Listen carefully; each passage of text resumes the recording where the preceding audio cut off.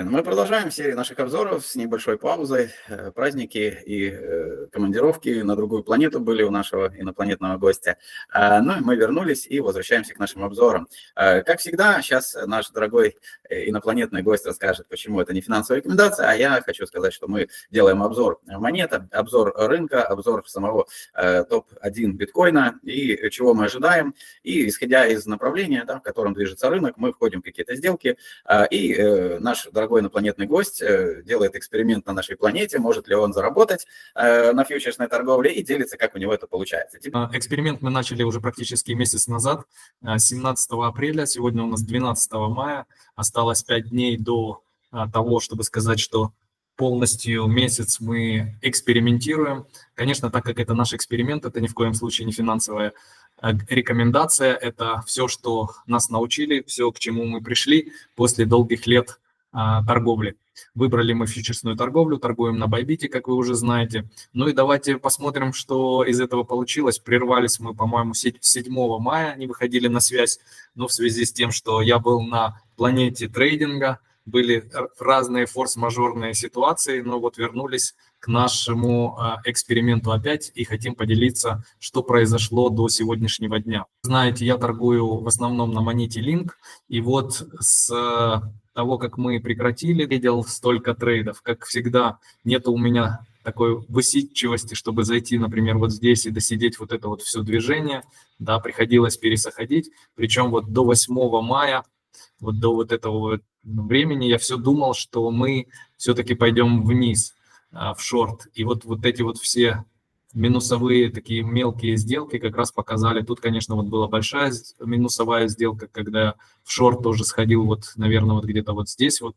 Думал, что сейчас рынок развернется и пойдет вниз, хотя никаких индикаторов не было, и рынок продолжил свой поход вверх. Ну и потом, после вот 8 мая, я все-таки понял, что разворота не будет, и это все вот сделки на протяжении там с 57 до 70 были все в лонг. Да, конечно, к сожалению, это были небольшие, потому что я был постоянно отвлечен и находился в разных переездах, перелетах, поэтому компьютер не открывая, смотрел по интуиции, выставлял то, что мог. Здесь, пожалуйста, какие были трудности, какие у тебя ошибки ты за собой подметил, и, опять же, какие-то, может быть, осознания, инсайты, может, скорее всего, это будет полезно нашим зрителям. Конечно, постоянно необходимо заглядывать в компьютер, прорисовывать уровни, да, и придерживаться вашей стратегии. Да, я все торговал с телефона, с приложения, и поэтому вот понес такие вот колоссальные убытки, потому что, находясь в путешествии, не видел, куда мы идем, как мы идем, не анализировал. Образом чувство подсказало, что все-таки уже шорта нам не увидеть, и рынок развернулся, и поэтому, опять же, не заходя в TradingView, не открывая компьютер, вот начал трейдами, закрыл вот эти вот, отработал весь этот убыток, и даже удалось немножко заработать. За месяц получилось сделать со 100 USDT, сделать 1,50. То есть получается 1% 50 где-то вот за месяц. Если 12% годовых, это очень даже неплохой результат, но я думаю, что мы можем с тобой лучше. Ты, наверное, все-таки еще у тебя период адаптации на планете, поэтому еще вот так немножко ты, скажем, набираешь обороты в своей торговле. Ну, возьмем вот 11 мая, 3 часа, это было вчера. История была такая нисходящая, если посмотреть на вот эту вот линию, которую можно было построить по 3 точкам, строится линия тренда. И у нас был понятный уровень смены тренда, откуда мы пошли вниз. И у нас получается, что никогда практически цена не разворачивается на фундаментальных монетах сразу, или же если история уравнивается силы покупателя и продавца, то начинается консолидация, что здесь и получилось. Ее можно выделить определенными линиями, либо же, как иногда я делаю, выделяю прямоугольником. Здесь вот у нас появилась консолидация, из которой могло быть два сценария. Либо поход вниз, либо поход вверх. И оба сценария, когда у нас прорисованы, мы знаем, как действовать в том или ином случае. И что у нас здесь произошло? Мы накапливались, да, то есть была сломлена вот эта вот нисходящая линия, ну, поскольку мы над ней стали строить дальнейшее развитие событий. Потом мы вышли из этой базы, подтвердили ее сверху, и здесь уже шортить не надо было. Имея вот такой перед глазами рисунок, да, два сетапа, ну, предполагаемого развития событий, ты бы понимал, что делать в том или ином случае. И, ну, поскольку ты не на часовом таймфрейме торгуешь, да, когда переходишь даже на младший таймфрейм, здесь тоже все понятно. И мы из вот этой консолидации вышли в другую небольшую такую, ну, она бывает не обязательно прямая, да, не обязательно параллельно этим линиям, бывает немножко растущая консолидация. Здесь был ложный выход, да, но опять же, касаясь, не протыкая уровня верхнего вот этой нашей основной, ну, консолидации, накопления, боковика, как угодно можно называть. И отсюда мы опять пошли вверх. Считаю, что вот здесь вот у нас был уровень смены тренда, вот эта черная линия, и от нее вот этот вот трейд очень хорошо можно было торговать, поскольку, если помнишь, по обучению у нас было понятие первая, вторая, третья, четвертая точка в накоплении, и от нее мы пробуем зайти в лонг. 8 мая в 17:45 я закончил шортить линк и перешел полностью в лонговый сетап. Потом у нас была понятная смена тренда, 8, да? У нас здесь был отскок вот этот вот шортовый, и вот эта вот линия, она у нас была уровнем смены тренда, откуда мы пошли к нижней точке. Как только мы забрались на нее, уже можно было не шортить. То есть вот этот вот уровень 13 900, ну практически 14, пройдя, можно было уже не шортить. До 17:45, то есть, похоже, я до самой верхней точки дошел, наверное, То до есть 14:42. Да, то есть ты вот до этой линии, да. Ну и здесь у нас было еще главный уровень, такой зеленый у меня отмеченный. Подойдя к нему уже, тем более не надо было шортить. Да, здесь было понятно, что мы сломали нисходящий тренд, закрепились над ним и уже пойдем либо в консолидацию, либо пойдем выше. Но в данном случае мы пошли выше. Поэтому, ну вот, прорисовывая оба сценария, да, можно понимать, на какой точке мы сломали нисходящий и начали работать уже по восходящему тренду. В небольшом таймфрейме у нас также остается уровень смены тренда вот этот, да, о котором я говорил. Большой сильный уровень зеленый мы прошли, над которым мы тут здесь пытались его пробить, потом пытались над ним закрепиться, потом консолидацию строили, ложный выход и пошли вверх. Вот, он у нас снизу. Мы уперлись в какие-то давние мною прорисованные из прошлого серьезные уровни.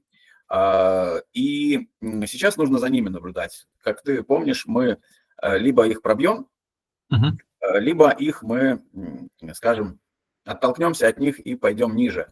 Что я вижу? У нас был нисходящий вот этот вот канал, из которого мы вышли, да, и сейчас пытаемся над ним закрепиться. Поэтому из нескольких факторов, да, мы прошли уровень смены тренда, мы один сильный уровень прошли, наконсолидировались. Замечательные новости по тарифам Китай, Америка у нас вышли, то есть позитив. Рынок пошел расти, пошли расти капитализация альткоинов.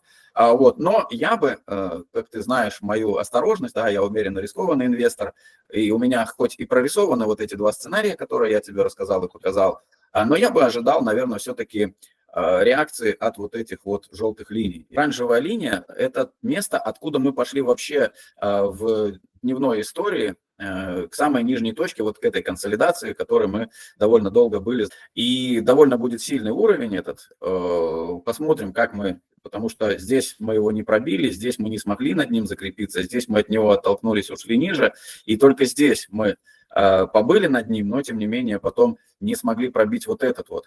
Как будет сейчас? На хороших новостях вполне мы можем пройти выше. Отскок, уже один раз отскочили, и наверняка будет еще один отскок, я так думаю.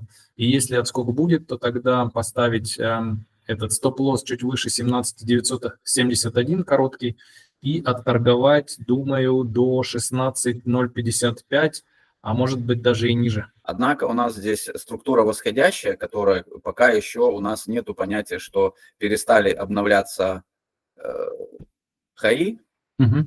И у нас вот смотри, вот этот вот хай, он ниже, чем вот этот. И сейчас, если мы сделаем еще перехай и будем закрепляться над этой линией, ну, я бы сказал, что у нас будет сломана нисходящая структура окончательно, с моей точки зрения. В то же время я с тобой согласен, что вот такие длинные тени свечей, они говорят о том, что у покупателя не получилось с первого раза пройти. И по сути, но здесь есть и другая свеча, что и у продавца не все так просто. В защиту твоей теории могу только сказать, что у нас здесь нисходящие объемы, да, и это может как бы послужить тоже нам ориентиром, что у нас может быть нисходящая история по цене. Оставляем лимитный ордер 17970, наверное. Тут мы все время выбираем USDT, контролируем седьмое плечо, торгуем седьмым плечом. Тут мы всегда берем 10 USDT и выставляем take profit. Получается, нижний был бы 13.56. Но посмотрим, будем контролировать, будем смотреть. Я бы стоп-лосс поставил за 18.03. Отлично. Короткий стоп, то есть если по стопу нас выбьет, то сгенерирует нам убыток в 3 цента. Если мы все-таки пойдем по нашему сценарию, то у нас получится заработать 2.45. Ну и take profit можно всегда изменять, как мы уже вам показывали. И выставляем в шорт позицию, проверяем еще раз данные, подтверждаем. Наша сделка уже выставлена. Вот она, и в принципе, если необходимо, если вы увидите, что ситуация меняется, то вы можете здесь изменить take profit, да, его уменьшить. Например, скорее всего, что возможно, что дойдем до 16.56. Будем применять инопланетные технологии при анализе сделок и, в общем-то, надеемся на успех. Пишите комментарии и до новых встреч. Делитесь обязательно, как вы торгуете, что получается, что не получается. И до завтра.